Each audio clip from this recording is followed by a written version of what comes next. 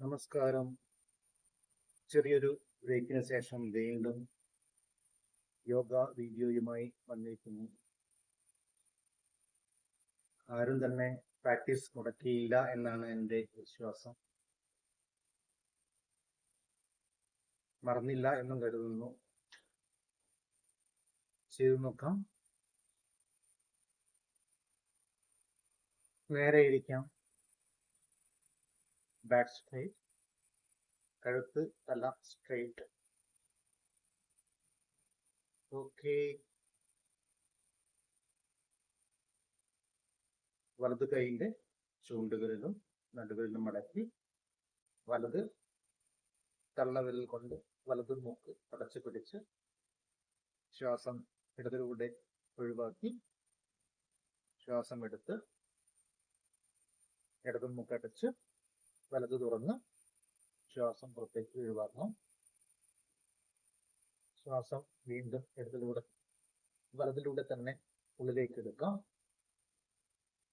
വലതടയ്ക്കുന്നു, ഇടത് തുറക്കുന്നു, ഇടതിലൂടെ ശ്വാസം പുറത്തേക്ക് വിടുന്നു. ഇങ്ങനെ ഒരു 5 റൗണ്ട് നമുക്ക് റിപ്പീറ്റ് ചെയ്യാം.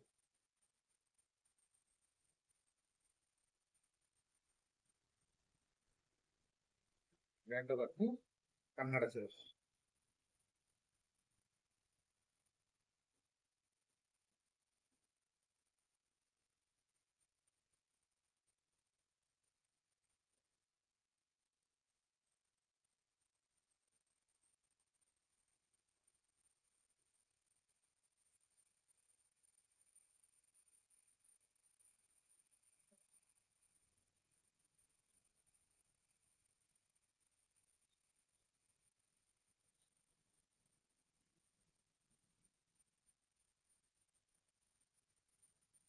ഓക്കെ. 5 റൗണ്ട് ചെയ്ത് കഴിഞ്ഞു. ശ്വാസം പൂർണ്ണമായും ഉള്ളിലേക്കെടുത്ത് പതിയെ സാവധാനം പുറത്തേക്ക് വിടാം.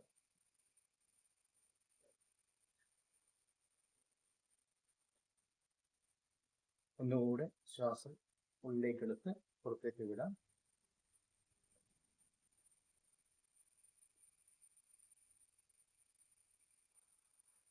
ഭ്രമരി പ്രാണായാമം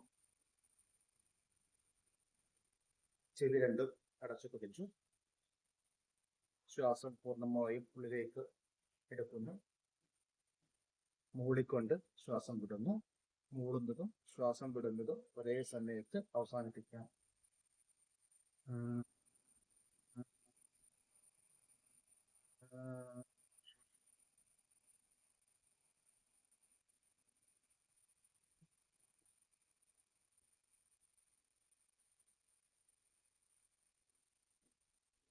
ഓക്കെ.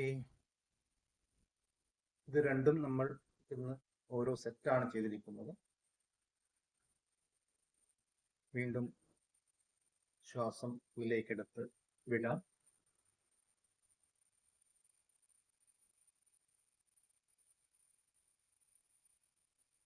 ഒരു തവണ കൂടെ ചെയ്യുക.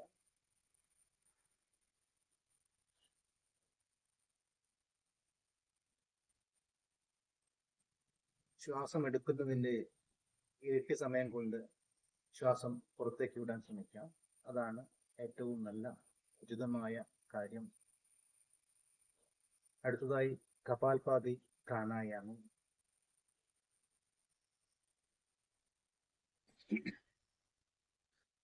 ശ്വാസം പരമാവധി ഉള്ളിലേക്കെടുത്ത് വയറും നെഞ്ചും ഘട്ടം ഘട്ടമായി വയറിനെ ഉള്ളിലേക്ക് വലിച്ചും വിട്ടും കൊണ്ട് ശ്വാസത്തെ പുറത്തു വിടാം. ചെയ്തു കാണിക്കാം, കൂടെ ചെയ്യാം. ശ്വാസം എടുത്തു. ഘട്ടം ഘട്ടമായി ശ്വാസം വിടുന്നതിനനുസരിച്ച് വയറിനെ ഉള്ളിലേക്ക് വലിക്കുകയും വിടുകയും ചെയ്യുകയാണ്.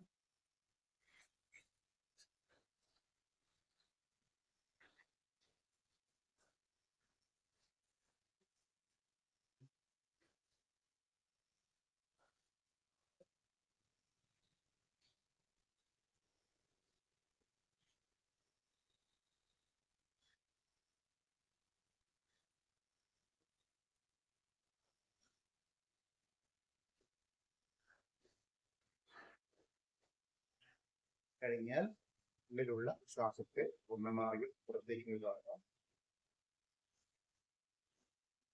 ബി പി ഉള്ളവരും ഹാർട്ടിന് അസുഖമുള്ളവരും ഇത് ചെയ്യാൻ പാടില്ല.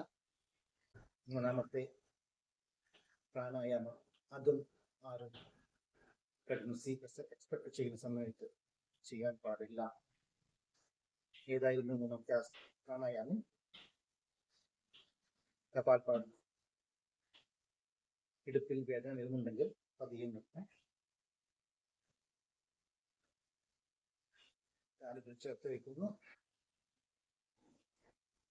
നേരെ ഇരുന്ന് വീണ്ടും അടുത്ത ക്ലാസ്സിൽ കാണാം. ഇതുവരെ വീഡിയോ കണ്ടില്ലെങ്കിലും പ്രാക്ടീസ് ചെയ്യണം. Thank you. നന്ദി, നമസ്കാരം.